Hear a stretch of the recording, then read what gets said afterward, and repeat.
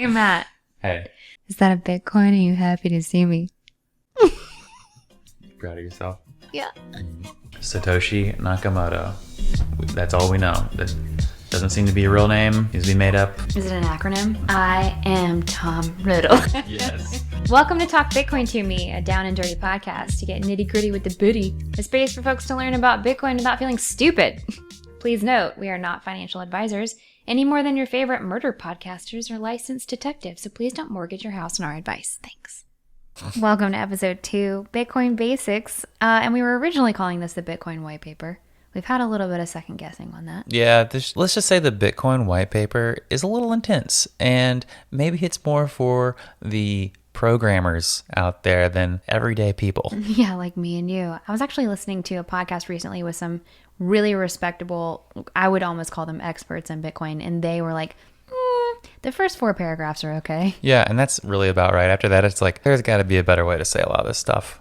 But maybe not, because it is a lot of computer science, which we're actually going to go over today because we're going to talk about how Bitcoin is first and foremost like code. Yeah, open source code that anyone can run. So instead of going over the entire Bitcoin white paper, we're just going to break down the title. So by the end of this episode, we're hoping that listeners are going to understand where Bitcoin came from. Like, did it just get dropped from the sky, like in The Grinch? How Bitcoin measures up to the qualities of money that we talked about in the previous episode. I mean, I know a lot of our previous episodes have really just been a build-up to this episode. Yeah, this is the beginning. Long tease. This is Bitcoin Basics. Here we go. If you haven't listened to that episode, though, there is no point in talking about Bitcoin, which is meant to be a solution of money, if you don't know what money is. Because if you don't understand what questions were left unanswered by monies previously, you won't understand what Bitcoin was answering. I like that, Kaylee. Thanks. In breaking down the Bitcoin white paper title, we're going to talk about the value of Bitcoin being peer-to-peer, the value of it being electronic, and the value of it being a distributed ledger. We're also, of course, going to need to talk about why decentralization is important. Now, if decentralization sounds like a big word that makes your little asshole go, whoa, let's break down decentralization. Central meaning there's something at the head, there's someone at the helm.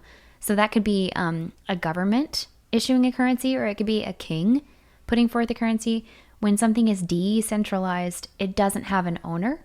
It's owned by the people, which is what's really exciting about Bitcoin. So we're not going to talk about a few things on this podcast today. We're not going to talk about blockchain technology. We're not really going to talk about mining. And we're not going to talk about running a node.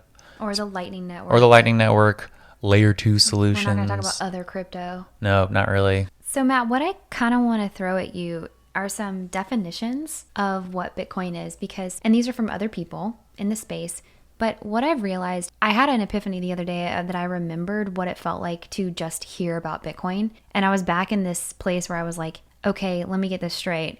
Some people invented a fake thing and then everyone's buying it. So I should just make up Kaylee bucks and tell everyone it's worth something and hope that they buy it. And I remembered how ridiculous that sounded. And then I realized, I was like, I kind of did some backtracking. I was like, well, what didn't I know then? Yeah.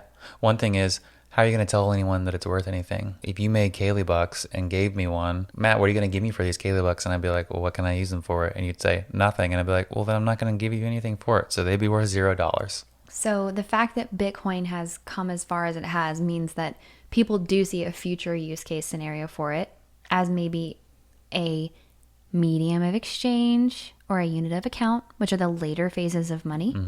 But right currently, now, store of value. It's definitely past the collectible phase and it's in the store of value phase. It's in a very volatile store of value phase, but volatile I'd almost say in it's some in good store of directions. value. Yeah, sure. And actually, I was listening to a podcast recently and one of the experts said, you know, if it never makes it to a medium of exchange or a unit of account, that doesn't mean it wasn't successful. I mean, I like that. Gold is no longer a medium of exchange or a unit of account, and it's still a store of value. Yeah, that's it's excellent. still, I mean, people Stable. say that gold failed because it didn't maintain all of its monetary properties that it used to be used for. Sure, but Yeah, it's not very still, digital. Right, people still buy it. But you know what is digital? What's that, Kaylee? I think you know. Hopefully we're going to take you from that place that I used to be where I was like, someone made this up, and start chipping away at that understanding. And so that maybe you walk away just Even if you don't if you couldn't go out and, write your own Bitcoin white paper or start your own Bitcoin podcast, at least you would be like, I think there's something more behind this. Yeah. I mean, someone did make it up. That's true. Someone also made up the dollar. Yeah. Do you know who made up Bitcoin, Kaylee? Satoshi Nakamoto. And who is that?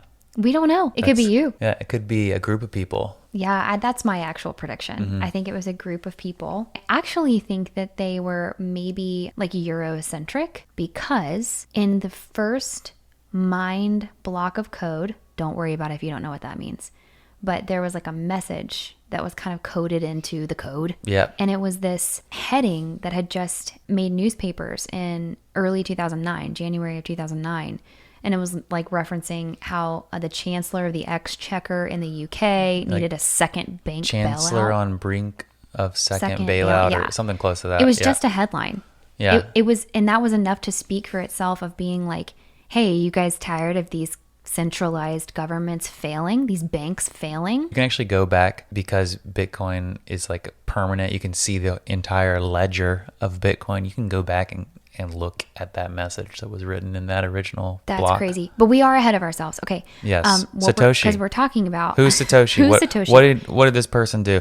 Satoshi refers to themselves as a he, so we may say that he, but we don't know if that's true or not. That's just what Satoshi referred to himself on forums, which leads us into where this came about, where Bitcoin was first heard about was on some geeky cypherpunk forums with just a lot of guys that are really interested in coding for privacy and stuff like that.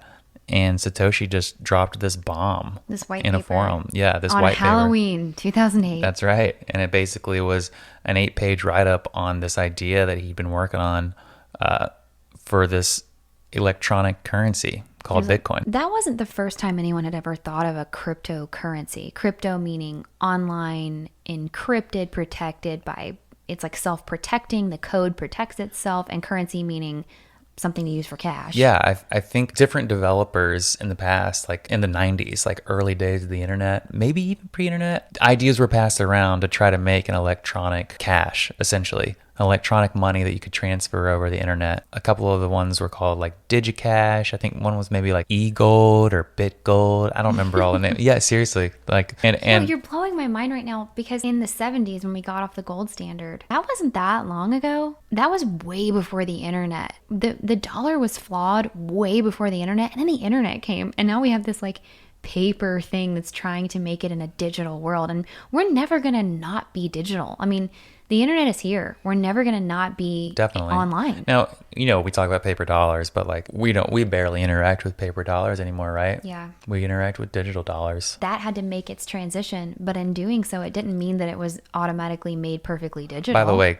sovereign states, governments, right, love that we use digital dollars. Of course they do. They can track all your transactions a lot easier. So can corporations. They know what you're spending your money on. They know that data. They trade that data. They know how to market you. Yeah, but we can go down that rabbit hole way deep if you want to. But I've seen a quote once that if cash was invented today, the government would ban it. Okay, well, this actually kind of I kind of want to circle back to the beginning, because we have said a lot of jargon already. We've talked about a little bit of Satoshi. We've talked about sovereign states and digital dollars. Right. Sorry. It's going to happen. It's going to happen. So I just kind of want to go back to this place and sit with this idea of but what is Bitcoin? What is it? And I would also caution you guys that you might not trust Bitcoin and you might not understand Bitcoin, but I would argue that you probably don't understand the dollar either. Yeah. And you definitely don't understand the way the government works with that dollar. But to me, Bitcoin is an idea. Bitcoin is an idea written in code. And when you think about what money is, money is an idea. The whole way it works, money is a technology that's meant to make civilization more efficient, to communicate our ideas of price faster, what something is worth compared to something else, better establish trade and further the growth of humanity. I think that a lot of people see money as an evil thing. And of course, we can talk about greed and wealth disparity, which actually a lot of experts in the Bitcoin space say that Bitcoin will maybe initially exacerbate, but in the long run has the potential to finally rectify those inequities. The reason we evolved to have currency is so that we were free to specialize in what we're good at. I no longer have to meet all my own needs. I don't have to make my clothes and grow my food and cut my own hair and be a welder. It allows me to specialize into what I'm good at. And so money is a way that we express value and express worth and then further specialize. And now we're digital. Now we're global. I want to be able to pay someone in China for their specialty. Or on Mars. Ooh. So we definitely still need money, and we need a better money, but hopefully you've already picked up on that by now. But I remember a time when Matt was getting really into Bitcoin and I was just so frustrated, and the easy thing to do was just like write him off as like a lovable weirdo. I mean, just let me talk in the corner at parties to myself about Bitcoin, And or I anyone would, that you happens know, to pass that corner. our friends that listen to this podcast, you probably remember being cornered by Matt and talked to about Bitcoin. That was the early days. I'm sorry to anyone that I did that to. I know you're out there. And I'm sorry that I corner you and talk about the Enneagram, our next podcast. But I was so frustrated because I couldn't even ask him intelligent questions. I didn't even. And I couldn't really give you intelligent answers. But where am I supposed to start? I mean, it was like I was a landlubber, and you were trying to tell me about this thing called the ocean. I'd never seen a picture of it. I had never heard of it. And I'm trying to ask questions about it. And almost like you're like, it's a lot of water that never stops and there's waves. I would be like, yeah, right. Who's making the waves? I mean, what am I supposed to ask? Such an abstract concept, especially if like your foundational ideas or thoughts around money haven't been like really formed fully. Or even formed at all. Yeah. Because we're certainly not groomed to ask about money. No, absolutely not. So Matt, I'm going to read you some definitions, simple definitions of what Bitcoin is by people in this space. And I want you to comment on anything that strikes you, the person, the quote, or anything that it makes you think of. I'm excited. There's a lot of good definitions out there. All right, Let's do this. We go. The first one I'm going to read you is by Vijay Boyapati. He wrote The Bullish Case for Bitcoin, which is in a lot of like Bitcoin starter kits. Like when people are like, what should I read if I want to learn about Bitcoin? Like, why is Bitcoin important? No. The Bullish Case for Bitcoin. We'll put it in the show notes. He says, Bitcoin is gold with the magical properties of teleportation. I identify strongly with that. You can teleport money across space and time is very unique to Bitcoin. You know, I've seen also some similar quotes about this. Like with gold, it was able to teleport value across time, in that gold holds its value across time. Yeah. Dollars do not. You need more of them, right? Because we make more of them. Right. But dollars are good at teleporting value across space. They're really easy to transfer. Bitcoin's good at both space and time teleportation. That's a quote by Matt Halavity. No, not really. All right, next quote. Parker Lewis. I don't know much about this guy. Bitcoin financial. Okay, so he's like a bigwig. Okay. Kind of, but he's like 25 or something. Oh, wow. Thanks a lot, Parker Lewis, for making us look like lazy old shits. Okay, his quote. Bitcoin is money, period. And today, it doesn't behave like the money you've been taught. But when we analyze money in a pure sense, Bitcoin is the way money will evolve. I think he's talking about hard money, sound money, which can kind of go, we've kind of touched on in our money episode a little bit, but it's basically a money that is hard to corrupt. It's hard to make, and therefore it has certain properties like scarcity. Yeah, what strikes me most about this definition is if we could go back in time and create the perfect money for now, it certainly wouldn't be what we have now. Next up, Robert Breedlove. The one thing I know about this man, besides that he's very, very smart, is he has a adorable ponytail. Oh, yeah. Dude, Robert Breedlove, can I just say, first of all, that thing about value across space and time might have come from him. He's got so many great definitions of Bitcoin. He also kind of wrote a great article about the number zero and about like what a crazy invention the discovery. You made me read this. Yes. Back when I was pretty apathetic. That's Robert Breedlove. Oh, dude. Blew your mind, I need right? to go read it again. Okay, Yeah. Here's his quote. Bitcoin is an insurance policy on the legacy financial system, such that the more dollars they print, the more they insure Bitcoin. That's pretty funny. I like that one. All right, this is from Jack Dorsey, who is the like owner, CEO, mastermind behind Square and Twitter. Not the CEO of Twitter. He's founded Twitter, but he doesn't really he's not involved like he used to be with it. Bitcoin is destined to overtake single global currency of the internet and possibly the world. Yeah, Jack Dorsey, he's actually been a pretty big proponent of Bitcoin for a few years now. And in fact, they've like devoted specific teams to it. Like there's a team called Square Crypto that basically is focused on Bitcoin.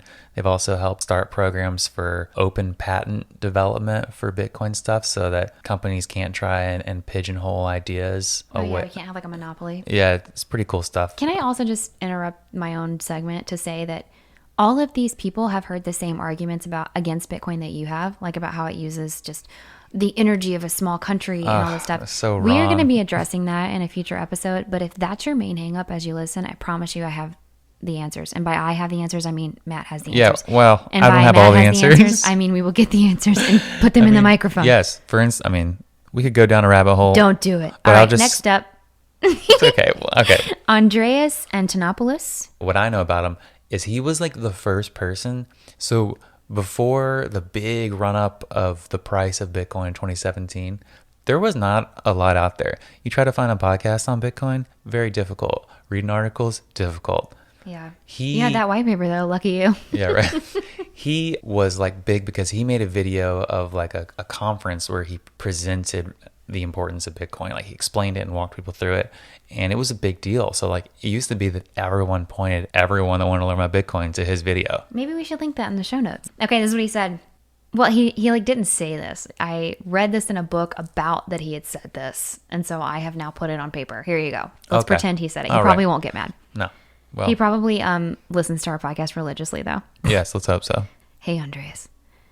Bitcoin is the internet of money, like Amazon is the internet of retail. And Facebook and Twitter are the internet of media. Bitcoin is internet native. I like that one a lot too.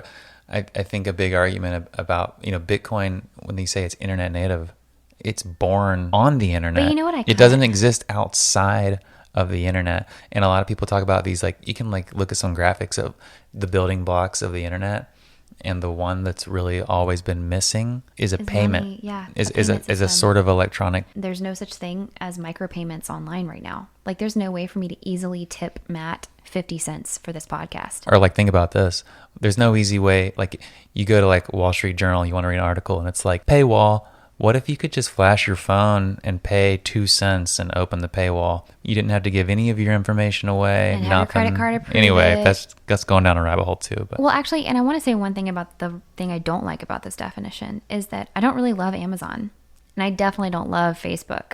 I don't want to compare Bitcoin to this, ever growing monopoly like Amazon has or Facebook has. It's not meant to be a monopoly. But the stark difference is there is no Jeff Bezos. Bitcoin is not a company. There is It's a money. There's not a billionaire being made rich and controlling. Bitcoin is self-contained. Bitcoin owns itself. A lot of people say that Bitcoin is like the first true form of artificial intelligence, and it depends on everyone supporting the network to keep it alive. Like because of the price incentive associated with Bitcoin, makes us keep Bitcoin alive on the internet. That's way over our heads, Matt. We don't know what you're talking about. But I actually have a question. Okay. How do we know Satoshi Nakamoto isn't actually owning it? And isn't like controlling things, isn't like the puppet master? Oh, because it's not how Bitcoin's written. And the great thing about how Bitcoin's written is it's open source distributed software that anyone can download what's happening on the network. And that's what running a node is, which I said we won't touch on too much. But it's essentially like a way Running for a big computer. for you to be able to verify what's happening in the these code. transactions, these blocks of transactions. You can see it if all. something changed. You can see when blocks get mined. You can see when payments happen. And Blocks get mined. What? We're not going to talk about wow, that. wow. I have one more definition, two more actually. Andy Edstrom, who wrote a book called Why Buy Bitcoin, and he directed it towards boomers. And he has this incredible He paragraph. kind of directed it towards boomers that already have some financial knowledge. Oh my gosh, yeah, it's like way over all the boomers I know heads, and they're all really smart people. All right, so he has this paragraph in it. It's like, I love boomers. Most of y'all are great, but unfortunately, you guys have really screwed over millennials and Gen Zers, and I can't really see any way of you guys getting along. He literally Wow. says that. Wow. He says it in a nicer way, but that's the focus of the paragraph. Anyway, what he said was his book is amazing. I highly recommend it. Unless you get the financial sweats like I used to, don't read it. Just financial listen to me. sweats? He said, a decade ago, endless money printing and financial repression would have appeared inexorable. What does that mean? It means inescapable. But now we have a potential solution. It's called Bitcoin. He basically talks about how his deep knowledge of the broken financial system could have sent him into a terrible depression, but he's so happy because there are good tidings of great joy. Oh, yeah. Called Bitcoin. I mean, some people say that Bitcoiners are doomsdayers, right? And I would argue, and a lot of people would argue, that we're anything but doomsdayers. It's actually like some optimism. Yeah, it's hope. It's like maybe a way out of this broken system that we find ourselves in. So hopefully one or two of those definitions meant something to you that you could anchor your knowledge on. But so far, all you should be understanding right now is that Bitcoin is some code that presents itself to be an optimal money. There's two things, though. There's Bitcoin, the network, so the Bitcoin network, which is sometimes referred to as Bitcoin. And then there's maybe little b, which is like the Bitcoins themselves that are the money that are transferred across the network. I kind of followed that. I'm going to be real honest with you. But it's because I got distracted because we have a few guests to bring on tonight's episode. Oh, do we? Guys, we want to introduce you to our etiquette experts. Oh. Welcome, Portia and Rob. Hey, how's it Hello. going? Portia, how's it going? I'm so happy to be here. And Rob, good to see you. I'm Rob. Rob, I'm so glad that you're here. Portia and Rob, what kind of etiquette do you have for us today? Portia, you should probably take this one. Well, we just wanted to pop on here because we've been learning that a lot of people seem to have forgotten their manners when it comes to talking about Bitcoin. So, Rob, let's play true or false. Okay. Rob, should you ask someone advice about Bitcoin? True or false? Oh, I'd go with a true one there, Portia. Should you ask someone, how much Bitcoin do you have? Oh, I'm going to say no. False. That's correct, Rob. It's incredibly rude. It's like walking up to someone and saying, open your mouth, let me see your fillings. Or walking up to a preggers woman and touching a tum-tum and saying, who knocked you up there, Sally? Wasn't Rob. That's their private business. So, similarly to not asking someone's salary... Hey, mate, how much did that house cost you? Well, that's information that you can find on Zillow. Guys, thank you so much for coming on. We didn't know that, so we really appreciate the knowledge. Yeah, cheers, Kelly. And now a word from our sponsors. Hey, Matt, you know what I could always use more of? What's that, Kaylee? Space and organization. Whoa, I would have never guessed that you could have used space and organization. Enter Kernel Modular, a system of shelves and a new beautiful walnut desk that hangs from your walls. So basically, if you can't afford the outrageous price tag of the Container Store and you want to support small local business... And you want something that's easy to install. Yes, please. Hit up Kernel Modular, Kernel Modular, for anything that you want to easily install, easily rearrange. If you want that like really awesome looking closet, or if you want a new pantry, or if you just want a place, they actually have a record player and record solution kit that you can just click buy, and it's free shipping to the lower 48. And guys, these people are going to give you 10% off your first order with our code. Matt, do you know what the code is? Bitty bitty bum bum. Okay, Matt, why do you say everything so weird? I think that was a great way to say it. Kernel Modular. Hit them up, guys. And once you're done rearranging your pantry or color coding all of your books together on your new modular shelving system, you probably are going to want some CBD to chill. Oh, man. We want to point you towards Redeemer, a woman-owned small batch CBD provider based deep in the heart of Austin, Texas. It's family-grown hemp, it's woman-owned, LGBTQ-owned, full-spectrum CBD products. We actually got some of this stuff for Christmas in this adorable little zip-up package. It's pretty great. And it came with some pre-rolled joints for CBD. So guys, you can smoke these and not feel anything in your head and just feel total relief in your body. It also came with some CBD rub and some CBD capsules. They've got a gorgeous website. Please go check it out. RedeemerSmallBatch.com. It's full of color and it's relaxing to just even go there. So like, you should light up their joints and go visit their website. And while you're at their website, use the code TALKBITTY15 when you're checking out and get a 15% discount on your first order. You can feel good about ordering too because they're eco-compostable, guys. Compostable. What did I say? Compostable? I don't know. How is it different? It might not be.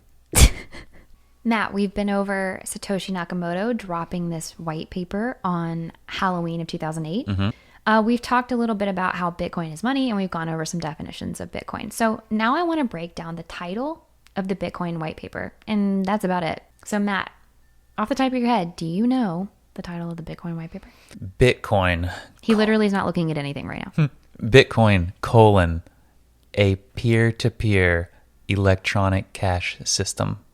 Can you talk us through what peer-to-peer means? Because right now, I can pay you money. I can pay you dollars. Why are dollars not peer-to-peer? The cash form of dollars, so the paper in your wallet, that is a peer-to-peer money because you give it to me directly without it having to go through anyone else. You take it out of your wallet and you give it to me, and then you no longer have it in your wallet. With digital dollars, though, you don't give them straight to me. You tell your bank, basically, or your credit card company, or Venmo or Cash App, I put these in here, and can you give them to Matt? And then they're like, yeah, sure. So that speaks a little bit to like decentralization, because right now our digital dollars are not decentralized. Yeah, you have to go through a third party that's trusted, a trusted third party. And even if you and I are going through PayPal, the dollars themselves are controlled by a government. That's where we got them. That's where they came from. Yeah. And actually, this idea of cash system, cash meaning I'm handing you something and you're handing it, you know that I just handed it to you. You don't have to get it verified. In a cash-only system, so like back with glass beads, there was no such thing as what's called the double spend problem. Yeah. So Matt, will you tell us what double spending is? Double spending. Let's take instead of money, let's take something else. Let's say that I've got a CD that you want. Tragic Kingdom, no doubt. Of course. I got that CD and you're like, Matt, can I borrow that CD? And I'm like, yeah. And borrow it? I'm your wife. Oh, okay. Can I have that CD? And I'm like, what's mine is yours. And so you hand me the CD. So I hand you the CD, right? And I no longer have the CD anymore. And then, our neighbor comes to our door and is like, hey, Matt, can I have that No Doubt Tragic Kingdom CD? No, I already gave it to Kaylee. I can't give it to you. I can't just give them a copy of it too, right? Yeah, you already gave it to me. Right. When you think about music digitally, whether it's legal or not, there's a way for me to give you a copy of that CD, keep a copy myself, also give to the neighbor. Now there's 3 copies. And right? You're a cheater. So that would be double spending. Okay, so, and when we go online, just like in this story where you were like burning CDs on your computer. Yeah. That you illegally downloaded from LimeWire, or what was the other one? Napster? Napster. I used LimeWire. I did too. Yeah. Aww. Now that we're online, it actually is a little bit harder to verify that double spending has not happened with digital dollars because you could just fraud the code. Right, which is why you need centralized entities, right? To like keep everybody in check. They're the ones keeping the books aligned, right? Like, we're not allowed to see the books. My bank's contacting your bank, Venmo, it's all doing their thing on Venmo. There's some way that it's controlled so that there's a book that can be kept on everybody's transactions. Okay, so peer-to-peer designates that we don't need someone verifying these transactions because Bitcoin itself, the code inside of it, verifies it as we go. Right. Exactly. I kind of picture it like that moment in The Matrix when Neo is like sitting in front of his computer and it's like all those nonsense binary green things just raining down the screen. We know. I just picture Bitcoin being like that, like checking all the code and like, nope, you can't double spend that. I already have that code written. I mean, if you want to get into the Matrix parallels with Bitcoin, I mean. Oh, I do. I kind of feel like, Neo when he's like, I know that there's this thing called the Matrix, but I don't know what the Matrix is, but I know there's something big. there. It's a big idea. And then he finds out like, this is like the real world, the Matrix. I'm in the Matrix. That's kind of like figuring out Bitcoin. Like once you kind of start to understand it, you take the red pill. You take the red pill or the orange pill, some people say, but like you never go back. Like, why do they say the orange pill? When I go into a bank, because Bitcoin's orange. Associated with the color that's cute. orange. Okay, that's adorable. Get orange pilled. So like when I go to a bank and I stand in line and I'm sitting there being like, I have to present so much verification, and then they're going to choose whether they're going to let me get into my safe. Because they, as of March 2020, don't have to hold any of the money that they say they do. I look at experiences like that in a completely new way now. I'm like, man, this is... You already woke up in your little Jello-filled egg with your little spike sticking out the back of your head. I see how the system works, man. On to the next word in the Bitcoin title. Peer-to-peer digital? Is that the next one? Electronic. Now, it's kind of an outdated... I would say digital is more appropriate these days to say than electronic, but still gets the message across. So it just means digital. Online. Online, Okay, right? let's not I mean, it belabor is electronic. Let's You move need on. electricity, right? Yeah, sure, whatever. Sure. Oh, well, that brings me to a question. Okay. Couldn't Bitcoin be like taken out by like electrical issues or like an internet outage or? Well, it's technically if the entire if all of the power and internet went out in the entire globe, there was like an insanely large global flare. Yes, and that would probably wreak havoc on every single financial system Imagine that if that, y'all, exists. But imagine if that happened with our digital dollars. actually, It did would you be know a that nightmare. Bitcoin actually there are nodes in space now, like on satellites? So actually, I don't know. I did know that. In fact, let me one up you. Okay, do it. I actually heard this guy, Dan Held, talking about how he wants to use these like giant, and by giant, I mean like those yoga balls that you sit on. I have no idea where you're going with this. Military grade radio wave things that are powered by the magnetism of the Earth's core. So they don't need electricity, but they can be like securing Bitcoin. So even if a nuclear outage happened, yeah, it's really weird, y'all. There's some weird people in the space, but they're friggin' brilliant. Dude, some of the ideas are crazy, but what's wild is like they've done some of these crazy ideas and they're working. They've worked. I want to highlight though that a lot of people are like, we can't have our whole entire financial system online because we can just lose the internet. And I'm like, we could lose internet now and it would be awful. Does anyone remember Y2K? Like, hey, that didn't happen though. I remember laying in bed. Why was I in bet bed you did. before midnight? because you're probably freaking out I was because like that's who you 15 are. or 16. And I just remember being like, oh man, I hope the world's going to be okay. Poor little 15-year-old no. Matt. What's the last phrase in the white paper? A peer-to-peer electronic cash system. Cash system. And I think it's interesting that he didn't say currency. He said cash. He didn't say network either. I mean, what he really means, I think, is a network. You know, it's a entire ecosystem. It's like all the banks that talk to each other. You don't need all that. You just have this network, which is Bitcoin. And it just works. I remember one of the pieces of understanding that really clicked for me a long time ago when I tried to understand you was the way Bitcoin works is by running code on computers and securing itself, verifying itself. You know, if I'm going to make a Bitcoin transaction, I have to have several other computers check the code against mine, make sure that everything matches up, and it's being verified.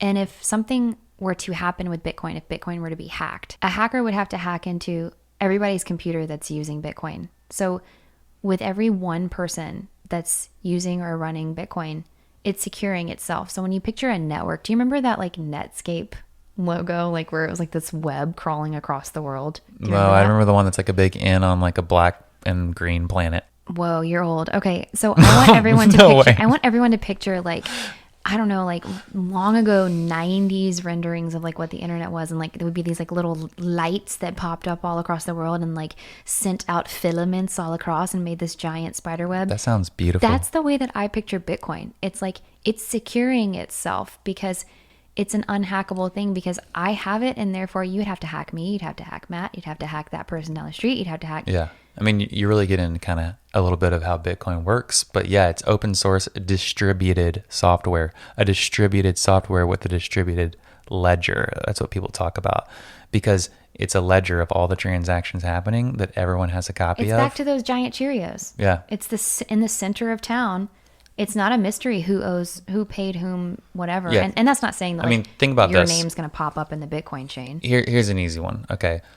Easy like analogy. So say that you go to a poker game every week with 3 of your friends, Alice, Bob, and Janet. Okay. And Kaylee. And Kaylee wins every week because she's great at poker. So you all get there, and the game, you know, the first time you ever play together, you each have $10.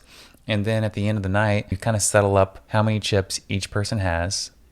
And you're going to play the next week too. So everyone writes that down. And then the next week, you all get back together to play your game, and you've all got your pieces of paper, and you make sure that everyone's pieces of paper matches. But Bob's a freaking cheater, right?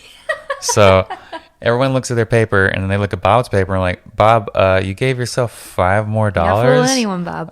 Then we can all see that transaction doesn't make any sense. Because we're all verifying. Yeah, and we're majority. So we're going to throw that transaction out, and we're going to give you, here's the right piece of paper. Here's what now you're good. That's kind of a nutshell version of how the distributed ledger piece of Bitcoin works. Well, and it goes back to cash system. It's a system. It's not a closed book system. It's a cash system. It's a distributed ledger, peer-to-peer, open source, money.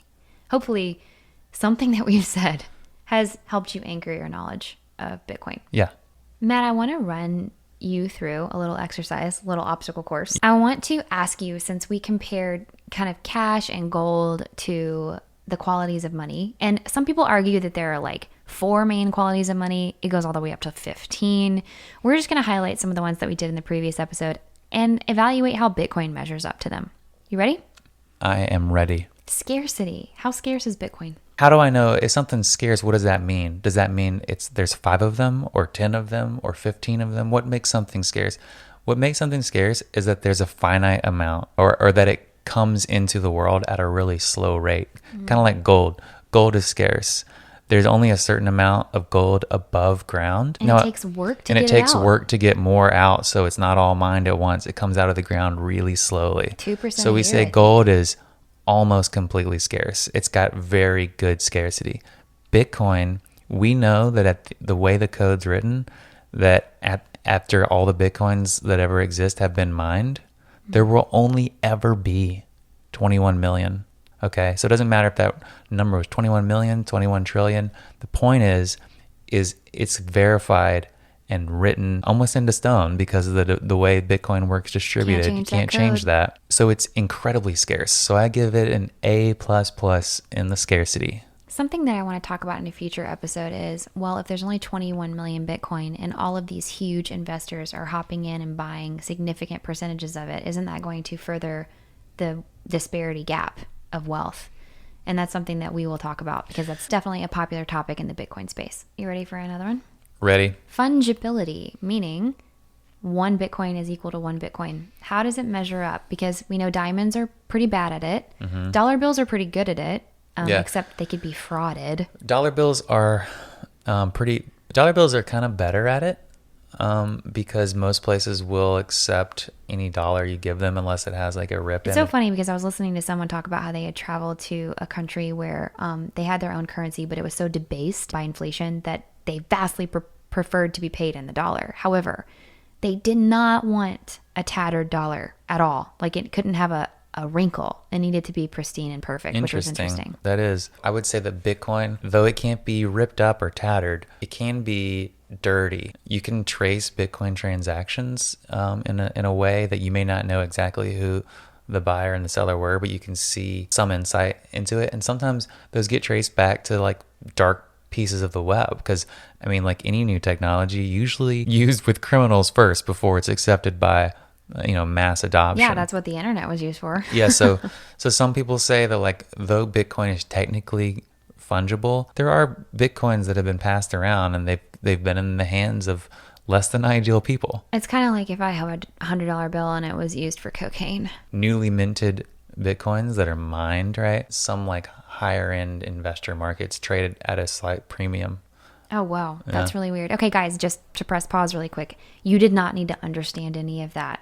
If all you remember is that fungible means it's 1-to-1. $1 bill is worth $1 bill, as opposed to 1 diamond is equal to 1 diamond or 1 apple is equal to 1 apple, because we all know if it's a Honeycrisp, it beats all the other apples. It does. It does. So well, if you didn't pink understand ladies are pretty good. That Matt said about dirty Bitcoin, or if you caught him mentioning that Bitcoin was widely used by criminals, but is not only used by criminals, just like all $100 bills are not used for cocaine. Just make sure that you understand that Bitcoin, 1-to-1, fungible, score, pretty good. What about portability or transferability? A++.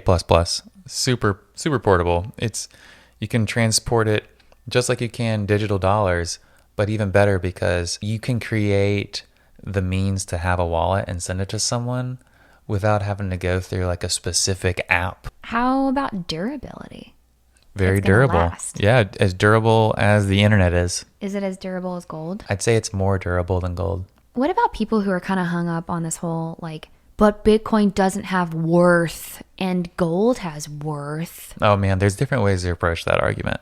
Well, I'll take a stab really quick. It's just the Andy Edstrom line of thought? No, this is the Kaylee Rhodes line of thought. Okay.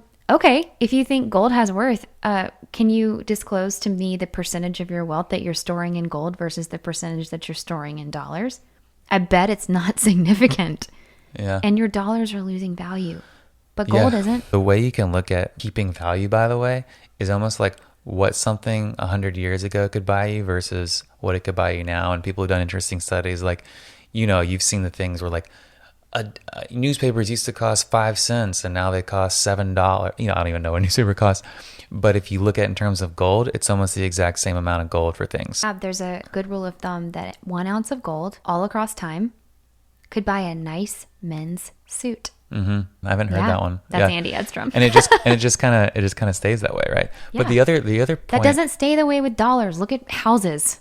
Yeah, the other point I was going to make about intrinsic value, Andy Edstrom, again, an author, made a really good point about maybe the best kind of money that can exist is one that holds no intrinsic value, meaning it can only be used as money. It can't be used to make jewelry like gold or traded cigarettes or glass beads. In prison. Yeah, cigarettes which can be smoked in prison. Like the best kind of money might be the one that has the least intrinsic value. Yeah, he says the best kind of money is the most money, the least it's consumer the most good. Money. So to wrap up this episode, we hope that you understand at least a tiny bit more about Bitcoin. We're going to keep digging. That it's a digital currency that's meant to be decentralized. It's meant to be internet native, which if that scares you, we're already internet native, guys. And though we haven't really touched too deeply into the mechanisms of Bitcoin, if you're sticking with us up to this point, maybe you're interested in that. And we're going to start diving in a little more deeply into some of those concepts on how Bitcoin works, at least to the degree that we understand it. We're also going to be talking about capitalism, socialism, communism, and Bitcoin. We're going to talk about if Bitcoin's a Ponzi scheme. We might talk about why Matt doesn't like 401ks. we might talk about Bitcoin and politics. Talk about other cryptocurrencies that you might hear about. Yeah. Maybe we'll cover what you might have seen in the headlines, Dogecoin. Oh, yeah, the Doge, baby. Barf. We might talk about more like bark. Oh. We might talk about other currencies like in the foreign exchange market, like other actual sovereign issued currencies. I want to talk about tethers. I do want to talk about if Bitcoin is this giant mythological energy suck. It's not. We want to talk about central bank digital currencies or CBDCs. Debt, savings, what it means to have a stock to flow ratio, which we kind of touched on in this episode with the idea that gold enters the market at a really slow rate, which keeps it scarce. So stick with us. I promise you I'm never going to let this become too heady, because if it did, it would be trying to compete with better podcasts out there that meet that need. It's kind of by default a little heady though, right? Everything is when you dig in a little deeper. And now we're going to round out with a segment called The Dumbest Question of the Week, where someone has asked us a question that they consider dumb, and we don't.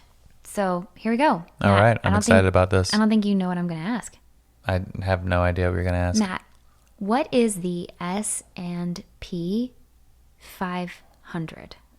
Okay, so the S&P 500. So what are you saying? S&P? You saying S&P? S&P, Standard and Poor's. The S&P 500 is an index, and I'll get into what that means, but it's an index of basically 500 companies' stocks that investors are able to invest in this index, which is a big basket of 500 different companies' stocks that fluctuates on how many shares of each stocks they have. Listen and stuff like that. What? It actually contains 505 stocks. Shh. Quote, S&P 505. Seriously, because it includes 2 share classes of stock from 5 of its component companies. So 5 of those companies have 2. Oh, interesting. I don't know what that means. Oh, like how Google broke up between Google and Alphabet, like that kind of thing. Whatever. And then they have both. Okay, so basically the S&P 500 is like this. What is an index again? An index is like it's like you can track the total basket of things within this S&P 500 with just one number. Okay, so I don't have to look at 500 graphs. Right. I can look at one graph. That's the temperature rating of how everybody inside it's doing. There you go. Mm-hmm. Okay. I like that. And this is, so when I was listening to NPR, like when I used to commute before COVID, it would be like the S&P 500, and then there were like other indices, like the London one, the FTSE. Oh, Do you remember that? They Yeah, have the cute one, the FTSE. The Nikkei, which is Japan. Japanese. Yeah. So they have like all these indices that is meant to show like how it's doing. So when it's like the S&P, wasn't like it fell. Oh, and the Dow Jones. The Dow Jones Industrial Average, right? Oh wait, I'm looking at that here. Look at this. The S&P 500 stock market index is managed by S&P Dow Jones indices. So maybe is S&P 500 synonymous with Dow Jones? The Dow? Let me look it up. Don't know. I have no idea.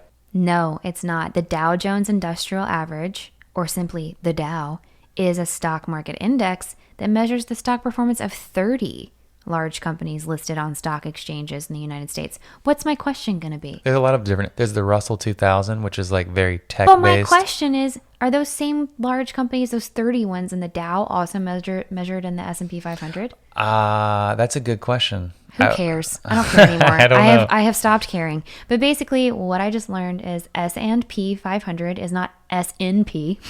It's the Standard & Poor 500, which is a measure of 500, read 505, companies that are a giant consolidated temperature reading into how our market is doing. Matt, I had a really good time recording this super long episode with you. This was really fun. Next episode, we're going to dive into a little bit more about the technology behind Bitcoin while also keeping it really approachable.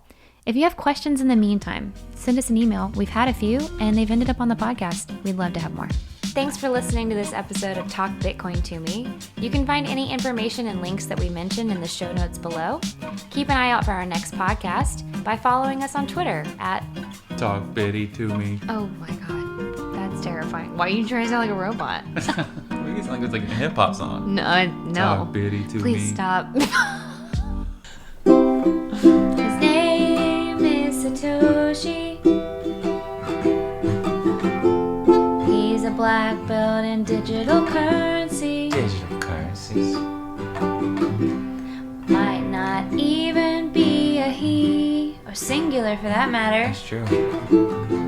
Could be a bunch of sick dudes or girls in Peru, 'cause they knew that to stay anonymous would benefit them when they dropped this sick, nasty digital currency bomb on the universe.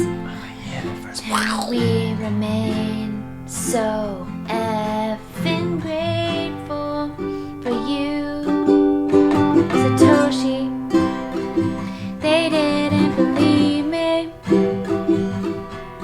Your white paper was the gospel that did not let that fiat defeat me. Satoshi, you're the raddest. You're so cool. I'd like to picture you as some old lady in South Africa. Satoshi.